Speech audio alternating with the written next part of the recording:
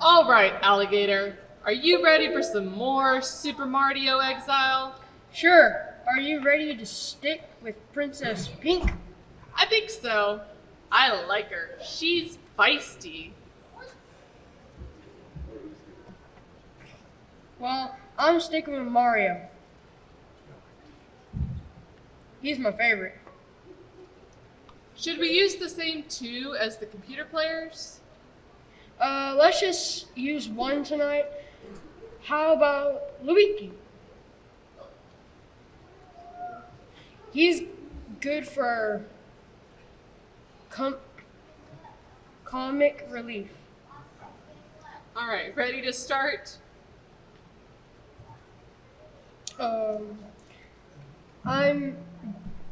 I am, but I have to admit, I'm a little confused by this game. What's confusing? Two things, really.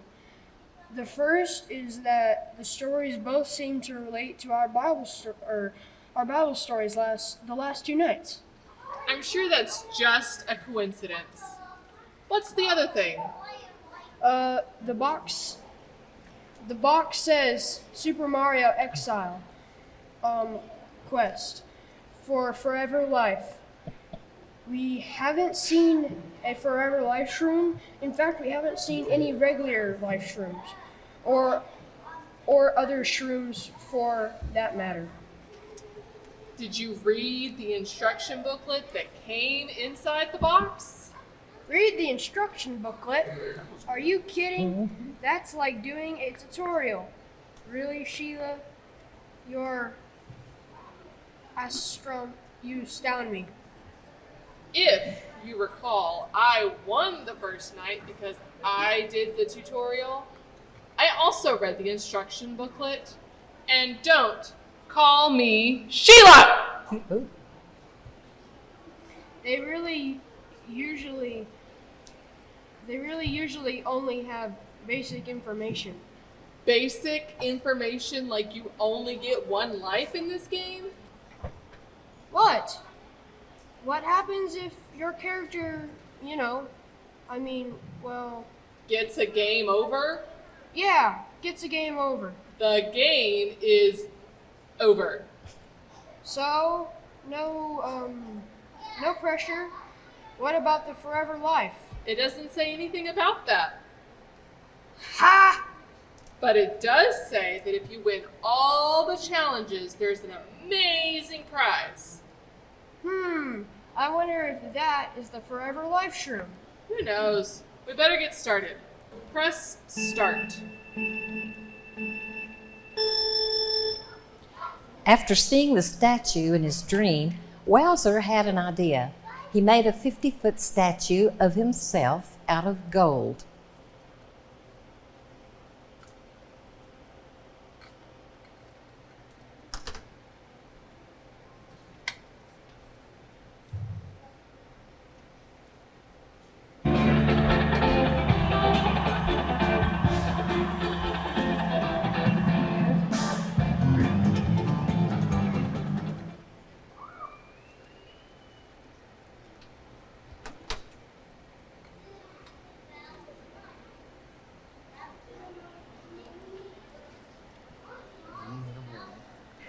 Then he made a rule that whenever the sound of an instrument was heard, everyone in the kingdom had to bow down to the statue or face the dungeon of fire.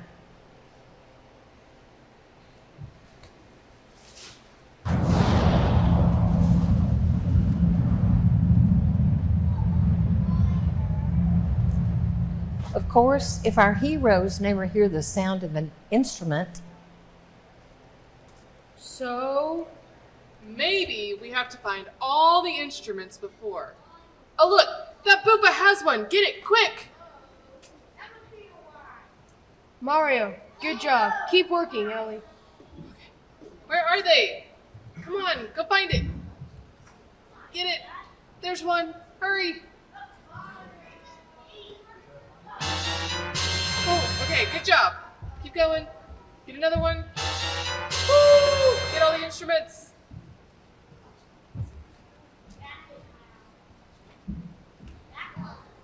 How many instruments are there? I don't know. How many do you have? I'm still looking.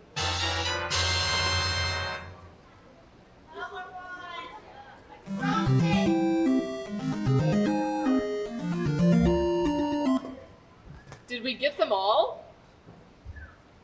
Yes, we totally rocked that level. Throw a shrimp on the Barbie.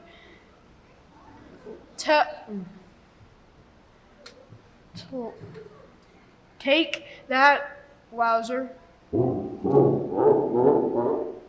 Uh-oh. I know that laugh. This does not look good.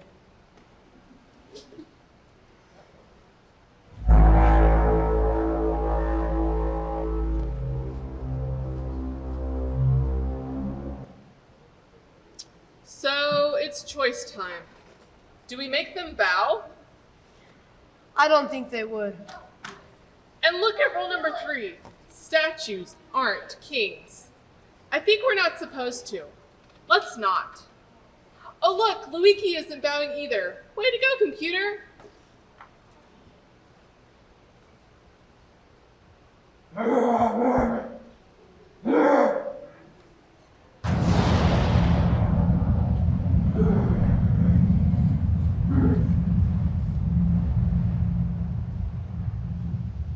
Looks like it's about to get serious. Can we make them run away? Nope. We have no control now. It's a cutscene. All we can do is watch.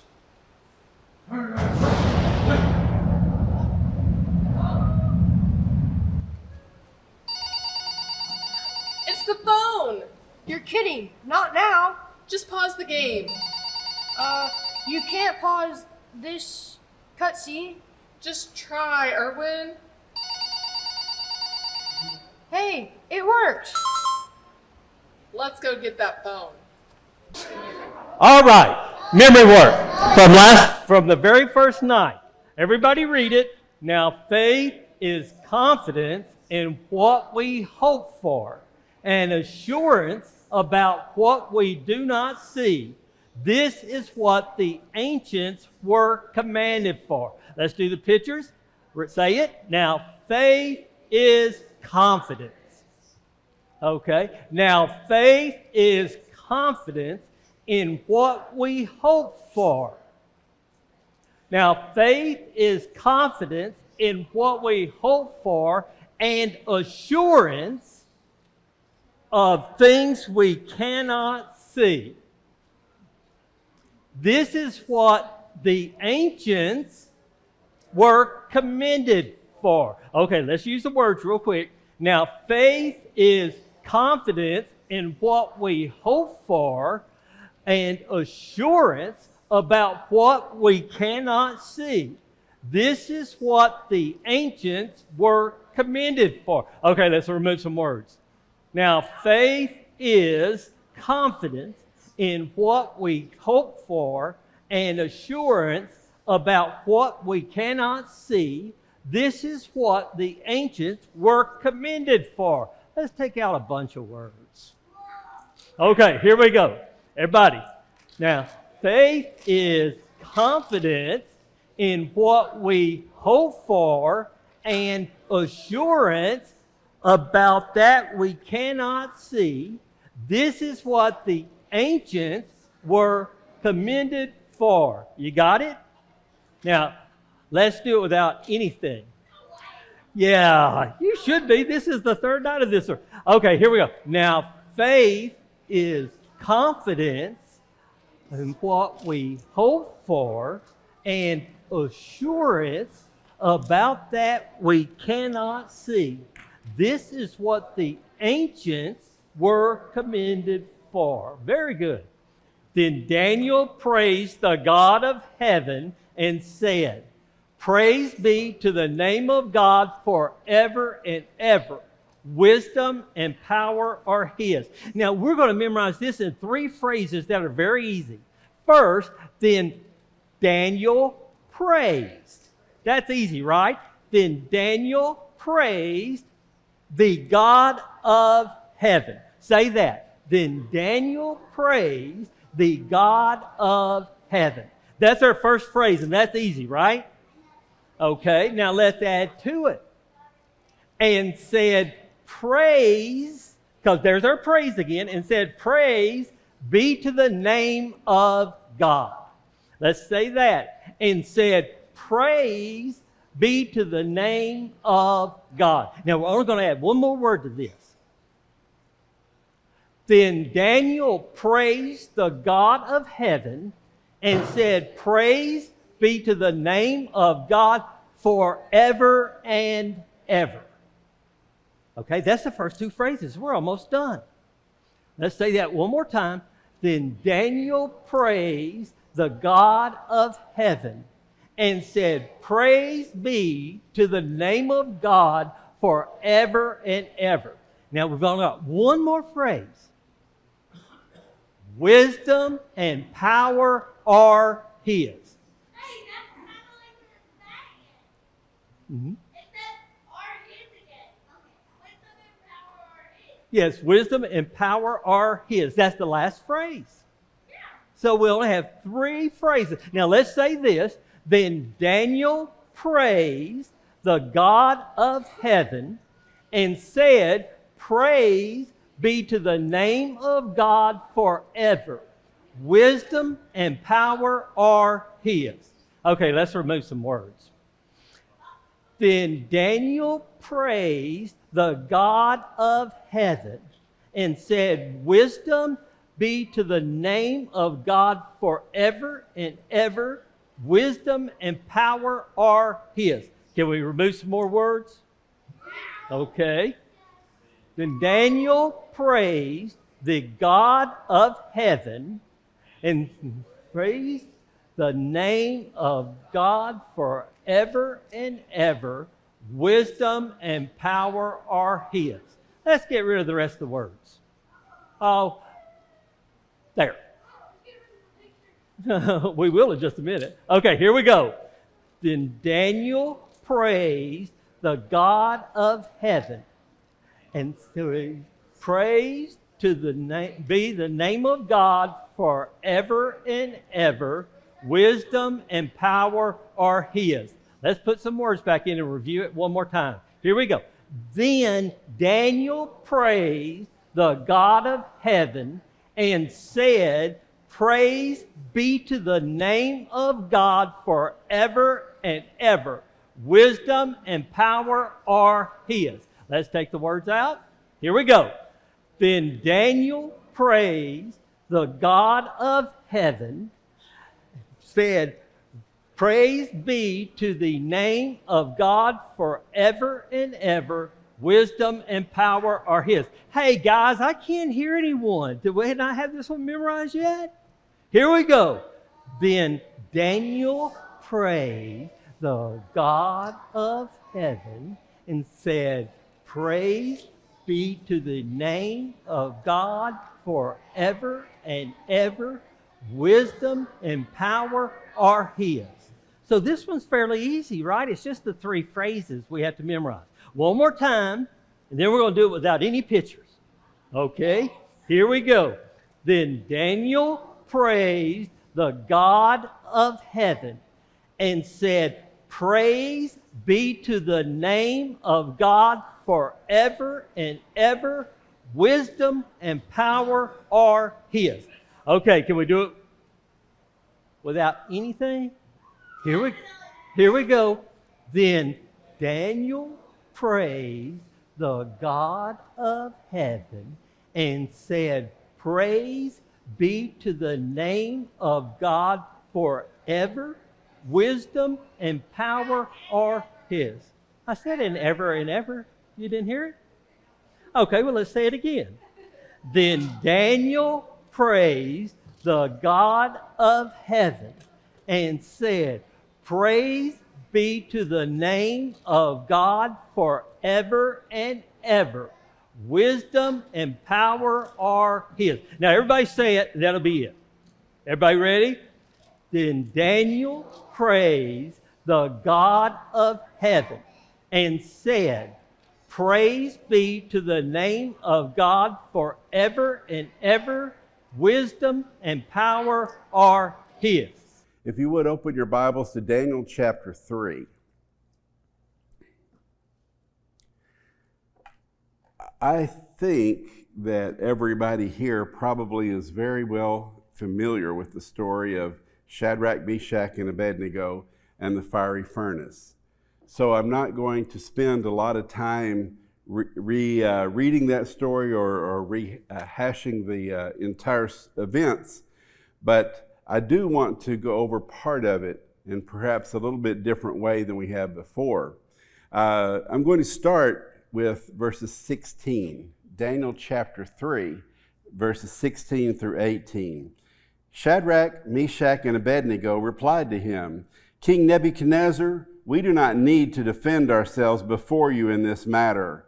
If we are thrown into the blazing furnace, the God that we serve is able to deliver us from it, and he will deliver us from your majesty's hand. But even if he does not, we want you to know, your majesty, that we will not serve your gods or worship the image of gold that you set up. What a profound statement for these three young men to make. A statement of faith that not only God can, but God will, but even if he doesn't. Faith in the fire. The question we have tonight is, do we really believe all three? That God can and God will, but even if. When we are in the fire, when life is squeezing us relentlessly, when we seem to be stuck between that proverbial rock and the hard place, what comes out of us? What comes out when the stress is the greatest, when the medical report isn't good, when we may have lost our job or the bills are coming due and there's more bills than there is money, or what is the expression, more month than there is paycheck. What do we do? What comes out of us when life seems to squeeze so hard, when we begin to feel like we're in the fire? Think about some of the famous people, about what came out of them when they had the moments of largest amount of stress. I think of Winston Churchill. October the 29th, 1941. Does anybody know what was going on in England about that time? October the 29th of 1941. Does anybody know what a blitzkrieg was? The German blitzkrieg was the constant bombing of England. You may have seen on the movies where they would sound the air raid sirens, and all the people were instructed to go inside, and all the lights in the city would go out. And they had curfews where at nighttime, after a certain hour, you couldn't burn any lights, because if you burned lights, it gave the German airplanes something to target. And so this is the height of the German blitzkrieg. They're hitting London, the capital of England.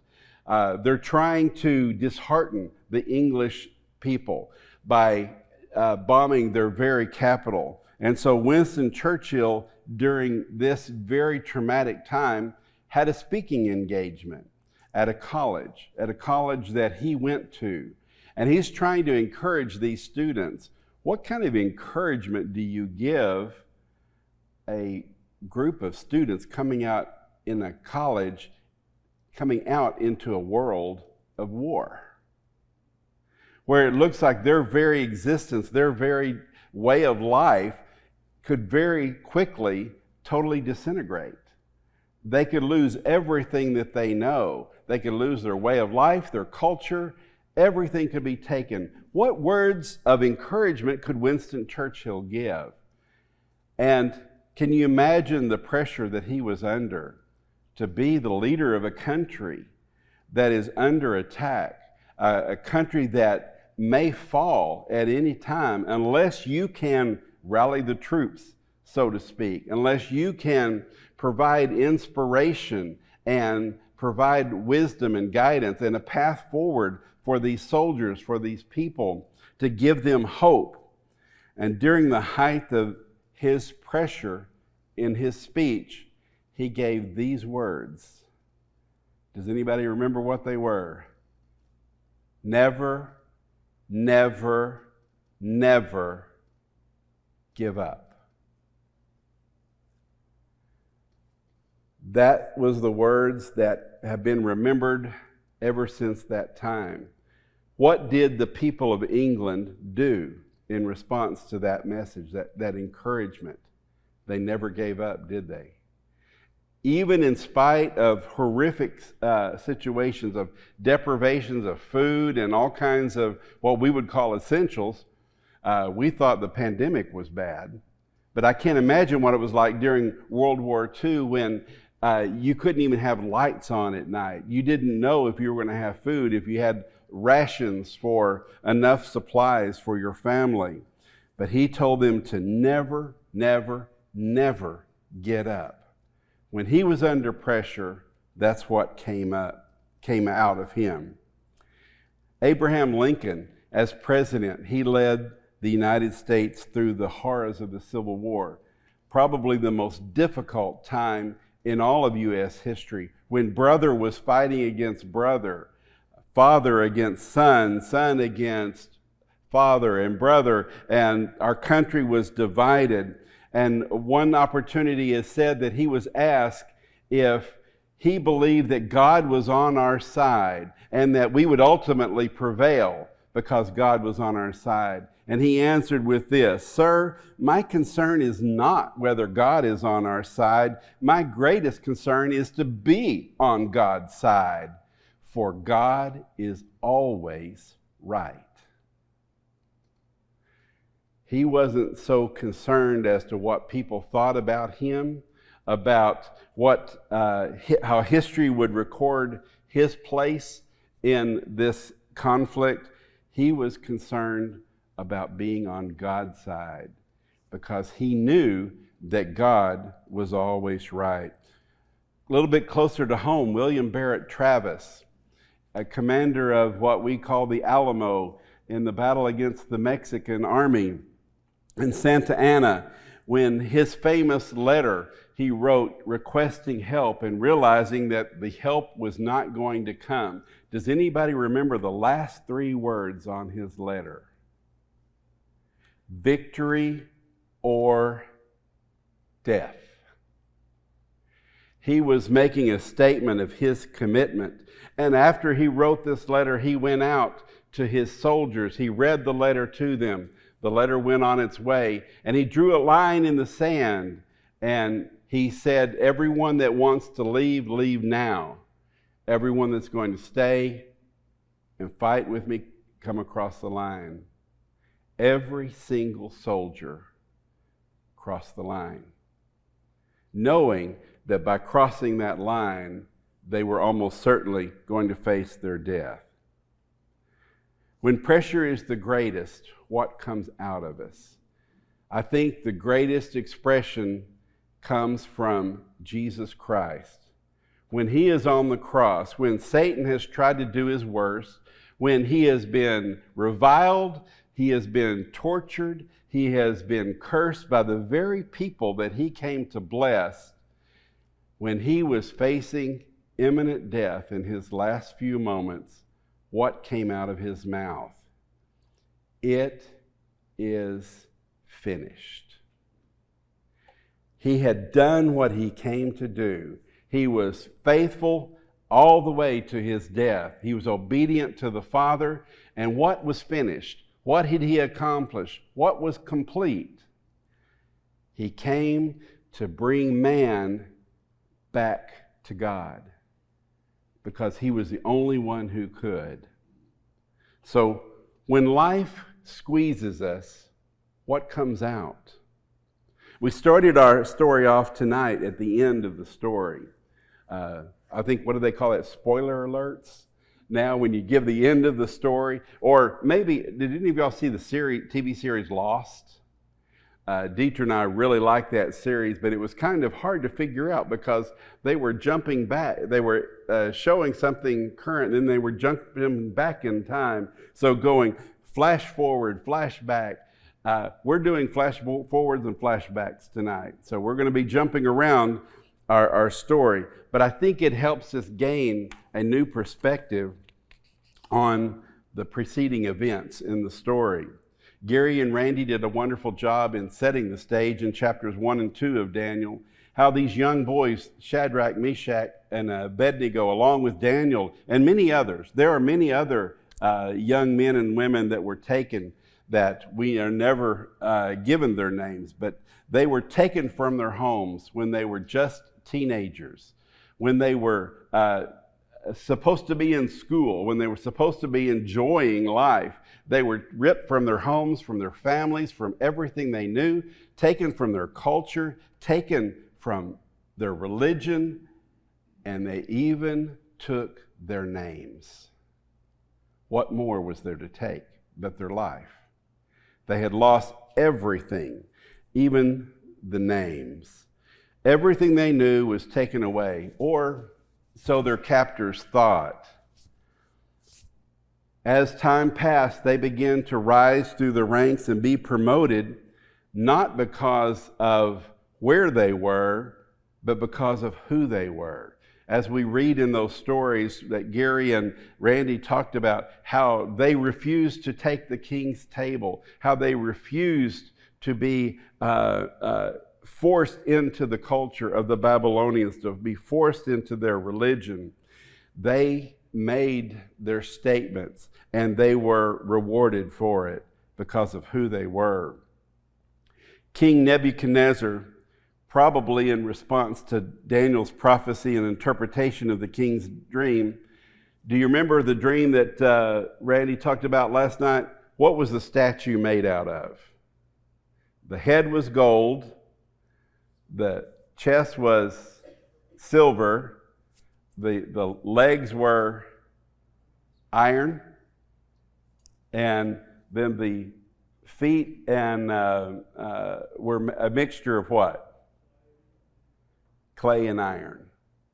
And so this statue was the dream that troubled him. And what was Daniel's interpretation? What did the statue represent? What did the gold represent?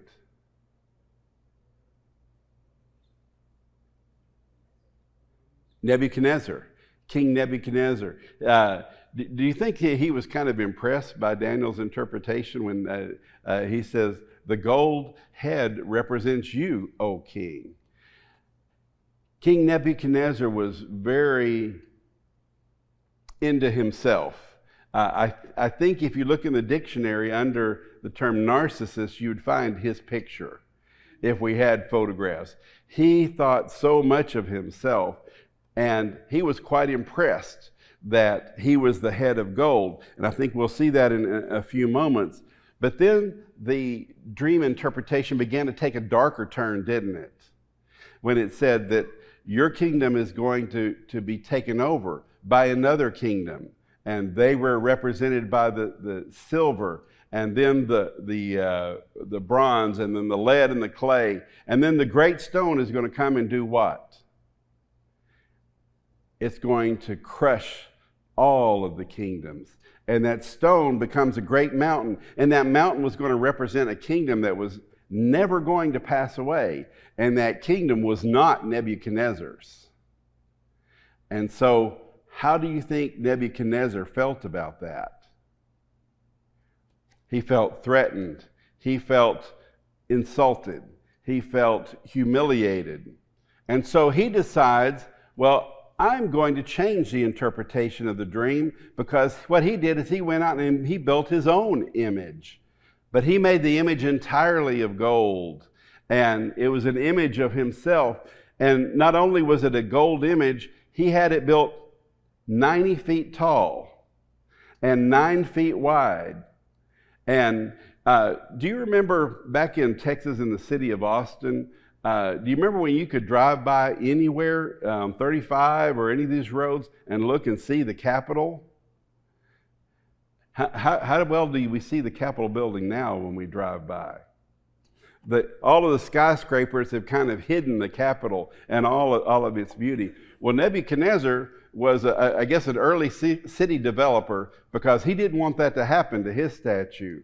So he takes his statue and sets it out in the plains away from the city because he wants everybody to see his image. He doesn't want anything to detract from his glory, from his praise, from his worship. And then he commands these people. He says he called all of the magistrates, all of the officials, all of the officers, the sheriffs, the officials, and all of the people. And not only is he calling the Babylonians, this is the greatest country in the world. They've taken over all of the known world at that time. He's calling the leaders from all the world. Today, it would be like holding a summit in Washington. We want all of the officials from Russia. We want all the ones from England. We want from Mexico, from Canada, from Australia, New Zealand, just all over the world. We want all of those people to come and see this statue.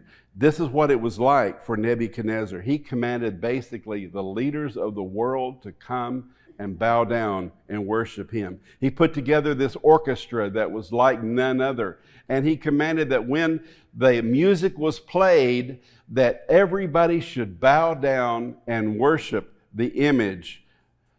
And what he was really saying is, you should bow down and worship me because of who I am. These three boys, Shadrach, Meshach, and Abednego, didn't bow down. Instead, they chose to stand up tall. Do you worry about what's going on in our world today? About what's going on in Washington? What's going on in our school system? What's going on in our local government? What's going on in Russia and Ukraine? Do you worry about the condition of our world today? I did. I was very concerned about what's going on with the laws and the pressure. In fact, in the Supreme Court this week, do you think there's any issues that are important to Christians before the court this week? The right of a Christian businessman to refuse to do business with those that go contrary to God's will. And so our way of spiritually worshiping God, of honoring our God, is under threat in our very own country. This country that was supposed to be established on the principle of freedom of religion, on the ability to worship God in freedom, and yet our very freedom to worship is being attacked. I've been greatly concerned about the world and our country, but in studying this chapter, I found some encouragement. I found some hope, because if three boys can stand up tall and change the world and make a difference in a dark, secular, godless world, and make such a difference, can it be done today? Three boys chose to stand up to the greatest king at the time, and they made a difference in the world. And we remember them thousands of years later. Can somebody make a difference in our world today? Is God that strong? They answered the king, if we are thrown into the blazing furnace, then the God that we serve is able to deliver us from it, and he will deliver us from your majesty's hand. I like how polite they are. They're still honoring the king. They're still giving him the respect. He will deliver us from your majesty's hand. But even if not, we want you to know, your majesty, that we will not serve your gods or worship the image of gold that you have set up. Do we need to be reminded from time to time that God can save us? That the world isn't hopeless? That there is hope because God is in control? Ephesians 3:20 says, and some of you may be able to quote it with me, "Now to him who is able to do immeasurably more than all we can ask or imagine." That's a lot. Can you imagine a lot? I can. I can imagine our country returning to God. I can imagine our schools being able to send your children to school and not worrying about what they're being taught and about how they're being indoctrinated. I can imagine quite a bit. But this is what God says. He is able to do immeasurably more than all we can ask or imagine. According to what? His power, which is at work within us. God can save us. Do we need to be reminded from time to time that God will save us? Hebrews 11:1. Now faith is being sure of what we hope for, evidence of what we cannot see. Gary, your memory verse this week kind of goes along with it. Isn't it about having confidence? Confidence in what was written, confidence in what the ancients believed that was true. Faith is being sure. Faith is not thinking so, hoping so. Faith is being sure of what we hope for. And so we have to believe that God will save us. For God so loved the world that he sent his only begotten Son, that whosoever believes in him should not perish but have what? Everlasting life. For God sent his Son not in the world to do what? Condemn the world, but that the world through him might be saved. God will save the world. He has promised us. But then the next part of even if faith is, but even if he doesn't, facing the flames of the furnace and adversity beyond comprehension, they show even if faith. What do we do when God doesn't do what we want him to do? Why does bad things happen to good people? I have a question for you. Let's flip that over. What if we turned it around and said, what happens when good people happen to bad things? Could it be that God is not making bad things happen to good people? He's putting good people to work on bad situations, to work on bad things. We need people that can rise up with even if faith. If God doesn't save me in the way I want to be saved, God doesn't heal me in the way I want to be healed, that God doesn't answer me in the way I want to be answered, they refuse to bow down and give in. They can look back at God's faithfulness and they can look forward with even if faith because their confidence they had in God. I will still worship him. I will still praise him. I will still thank him. I will still trust in him. Even if faith, O King, we will not bow down.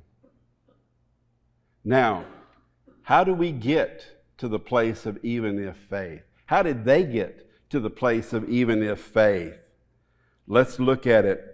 The first thing, we're going to look at some position statements, some different physical situations to illustrate a spiritual concept here.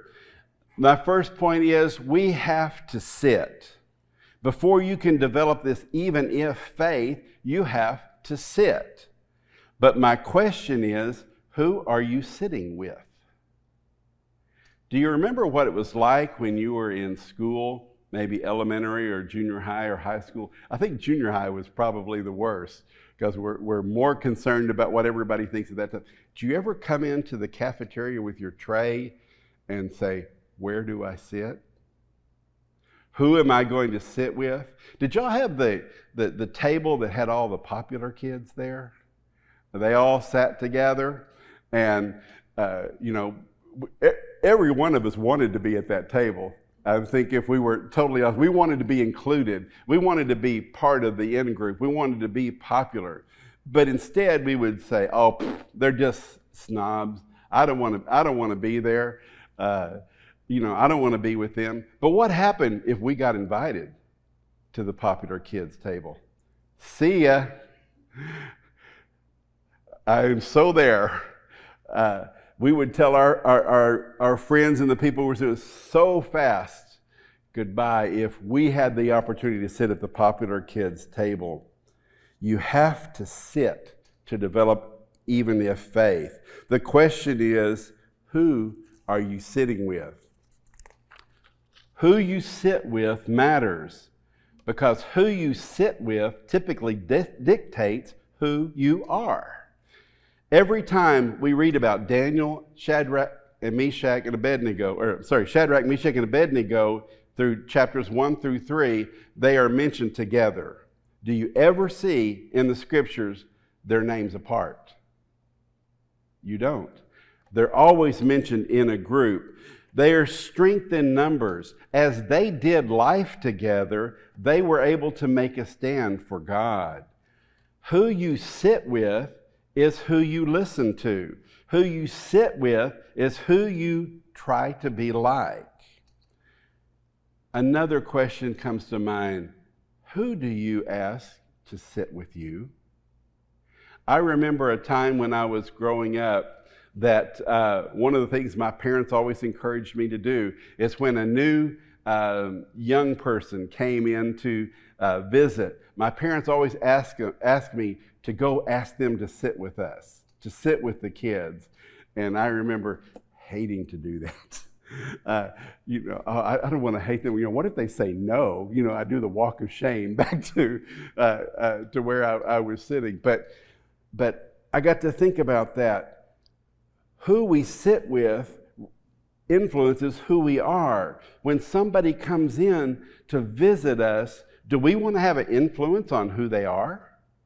Do we want to have an influence on who they can be?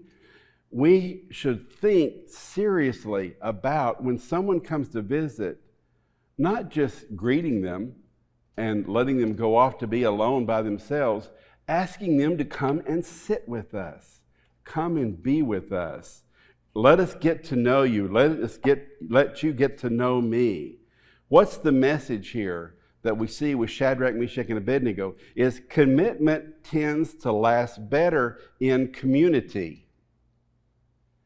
We always are stronger together.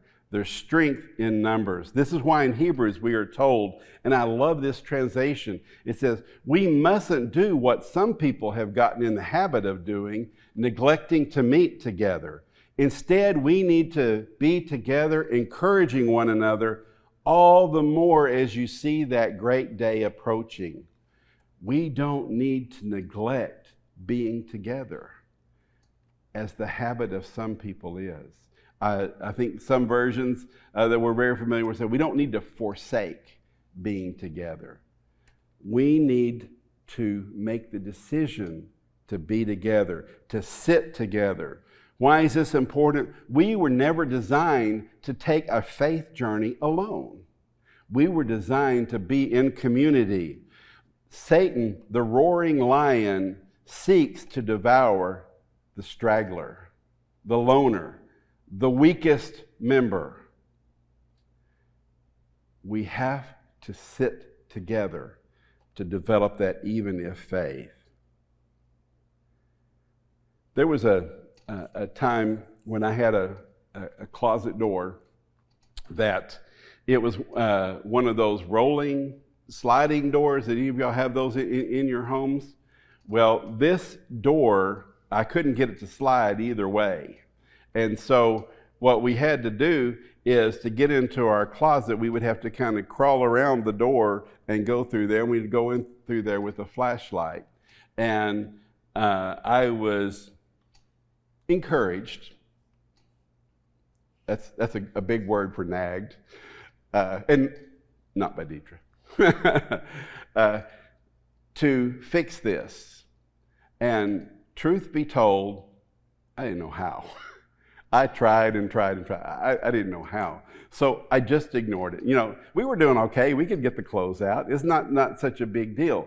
I learned to live with it. Well, one day I had some friends come over to watch the Super Bowl with me. And we're watching, and they asked for something. I said, well, I got to get out of the closet. And I said, where's my flashlight? And I said, what do you need a flashlight for? And I said, well, I can't get the door open. He came back there and said, what's up with it? And he looked down. I didn't know those little wheels were on springs. And he reached under there and pushed up those wheels and put it back on the track. And the door went.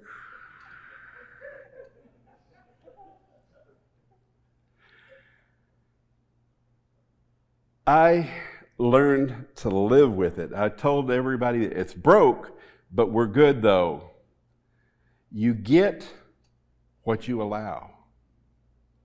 I allowed to live with a broken situation. I didn't know that in just a few minutes, with the right people, I didn't have to live with something that was broken. The importance of sitting with someone that can lift you up, that can help you, can give you advice when you don't know what to do. We don't have to live like that. We don't have to tolerate. We can't change what we tolerate. Who are you sitting with? Secondly, you have to stand. The music plays not once, but twice. They are told to bow. They're given a second chance. Everybody bows, but not our guys. Do you imagine that there were some people whispering to them that were on their faces? Get down! What are you doing? Get down! They're going to, Shadrach, Meshach. Don't you know that people were making fun of them? That were, if they had any friends, that were encouraging them to bow down, to lay down, to get face first. The people were pressuring them to conform, to do what the king wanted them to do. How could they make such a public stand? The answer is, you'll never go public unless you've gone first in private. Even if faith, like I'm talking about, is the end of the story, not the beginning. You have to be willing to make that stand private before you can be willing to take a stand publicly. This wasn't the first time that these guys stood for God. They lost everything. They were slaves living in an ungodly, pagan world. When we're asked to stand today, we can think of all the reasons and excuses that we can't stand. I'm so busy. I don't have time. Well, my kids need to go to this or that. I've got to work. My boss won't let me. Our goal, some of these situations may be true, but our goal should be that they're temporary. That our goal is to be together, to be one with each other so that we can make our stand. These guys had everything taken away from them. Their homes, their families, everything that they knew, and yet they stood. Not only did they stand, they stood tall. Right off the bat, they were brought into this foreign, godless place, put on the king's food, in violation of everything they've been taught about what was allowable to eat. So they came privately to one of the king's officials and made a deal. Test us, they said. Allow us to eat our food. After 10 days, look at us and see which is better. Test us. If we're not better, then we will eat the king's food. But if not, allow us to eat according to our God. They were willing to be tested. They didn't have YouTube. They didn't go on Facebook. They didn't do Instagram. They didn't take selfies of them eating their food. They did this in private. But as a result of their private stand, they were elevated.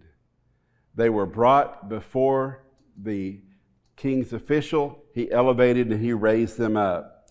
We should be the best employees as Christians. Our skills and our fruits of the Spirit should give us an advantage over anybody else within the company, right?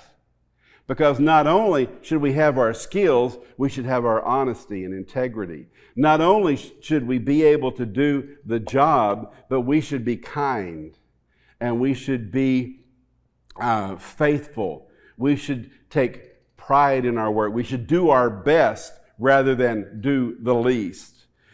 If we are willing to take a private stand and do what is right, then we are going to be able to take a public stand and do the even if faith. When you take a stand, people will follow you, especially the ones who sit with you. If you have those that you gather around, if you make a stand, they will join you. They will stand with you. Proof of that, William Barrett Travis. Did he stand alone? No. The people that were in the trenches with him stood with him. The soldiers that follow the general that leads them into battle. If you take a stand, people will follow you. Taking a stand can't guarantee you an easier life.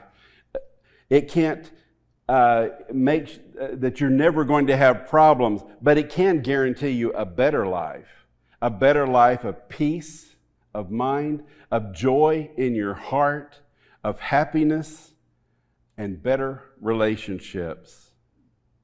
Take Jonah, for example. What happens when we make a stand? God told him where to go. There happened to be a boat going in the opposite direction, as far as the opposite side of the world from where he was told to go. Satan is always going to make a boat available to you when you have a chance to make a stand. God is going to ask us to make stands. Satan is going to do what? He's going to make the fire 7 times hotter. Satan is going to resist. It's not going to be easy. Jesus himself told us, in this world you will have trouble. You will have trials. Satan is going to make it hard, but he asks us to stand. If you don't take a stand for something, then you're going to fall for anything. We have to stand. We have to sit with those that can take a stand with us. The third position is you've got to walk. You sit, you stand, and now you walk. Nebuchadnezzar orders his mighty men, strong and powerful warriors, to tie them up. These are the big Green Berets, the SEAL Team 7 guys he's commanded to bind up Shadrach, Meshach, and Abednego, to tie them where they can't get loose.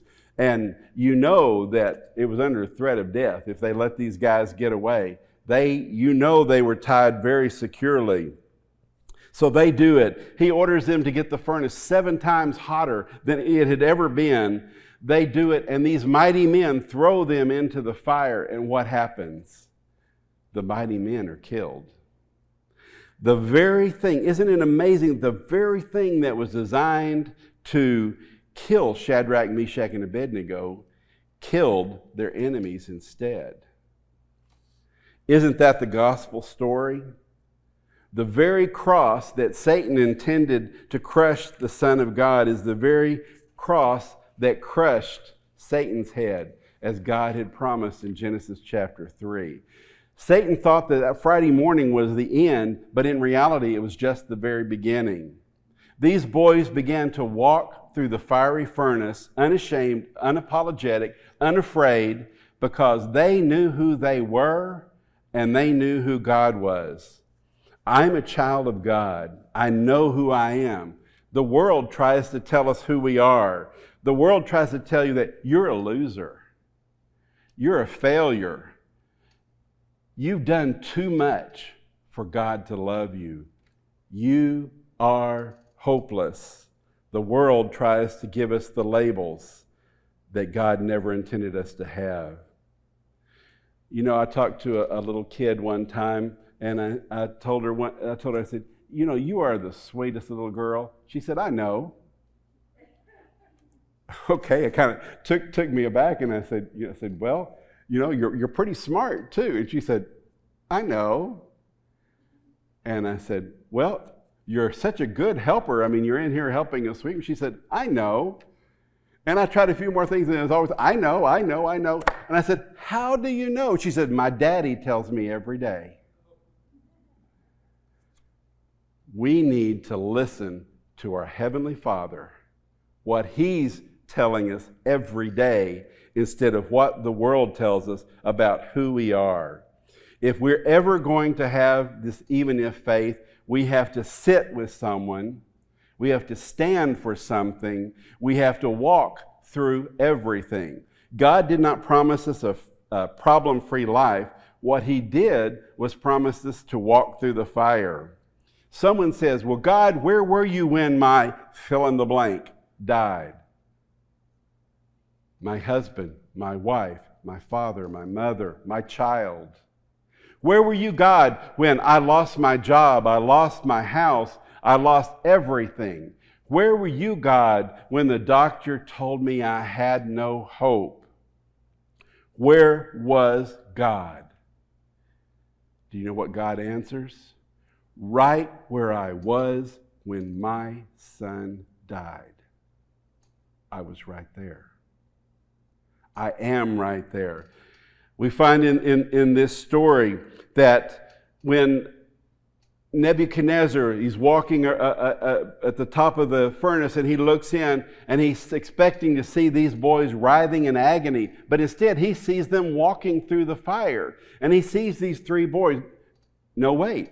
He sees 4.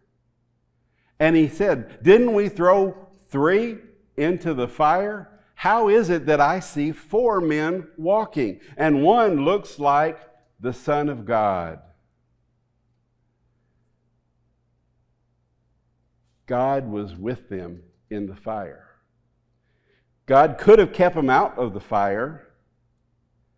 God could have destroyed Nebuchadnezzar long ago, never allowed the children of Israel to be taken captive, never allowed them to lose their families, their homes, all of these bad things. He could have kept Joseph out of the pit. He could have kept Joseph out of the prison. But if he did, then Joseph would have never been in the palace. God works His plan because God is with us through the fire. I told you earlier that King Nebuchadnezzar took their names. He tried to tell them who they were. But how could these 3 men walk through the fire? Shadrach's real name was Hananiah, which means Yahweh is gracious. When I am weak, I am strong. He could walk into the fire knowing that God was gracious. God was going to take care of him. Meshach's real name was Mishael, who is like Yahweh, who is like my God. When Nebuchadnezzar threw them into the fire, or threatened to throw them in the fire, he asked them this question. He says, who will save you from my hand? Mishael's name means, who is like my God? My God will save me from your hand. Abednego's real name was Azariah. Yahweh has helped. I love the way this is presented in past tense. Yahweh has helped. They could go into the fire because they knew the faithfulness of God in the past. They knew that God had delivered His people in the past, and so they had every reason to believe and have faith that God was going to deliver them. God has already helped. We learn from this that we don't worship for a blessing. We worship God from a blessing. We don't praise God for a reward. We praise God from our reward. God has helped us. God has been gracious. Who is like God? Nebuchadnezzar thought he'd show them. He was strutting around, I show them, teach them to defy me. Why should he be surprised? When life heats up, that's when God shows up. Isaiah 43, verses 1 through 3. And I have no doubt that Shadrach, Meshach, and Abednego knew this verse deep in their heart. But now it says, thus the Lord, he who created you, O Jacob, he who formed you, O Israel, fear not, for I have redeemed you. I have called you by name. God knew their name. You are mine. When you pass through the waters, I will be with you. When you pass through the rivers, they will not overwhelm you. When you walk through the fire, you will not be burned, and the flame will not consume you. For I am the Lord your God, the Holy One of Israel, your Savior.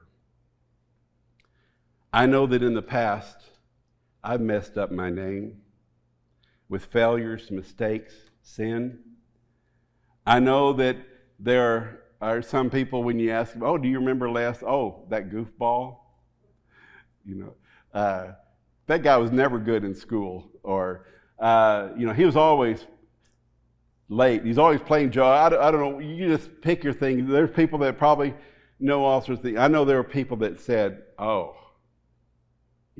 never cared for him. He was fill in the blank. I know that I have messed up my name, but I've learned through this story I have a new name, and that new name is Christian, and that name is pure. That name is holy, and God knows that name. God knows my name. Because 3 guys sat together, because 3 guys stood together, because 3 guys walked together, Nebuchadnezzar, the most evil king in history up to that point, said, blessed be the God of Shadrach, Meshach, and Abednego, for there is no other God that is able to rescue this way. What would happen to this town? What would happen to this community? What would happen to this family if we had even if faith? If we sat together, if we stood together, and we walked together with Yahweh, the King of Kings and Lord of Lords.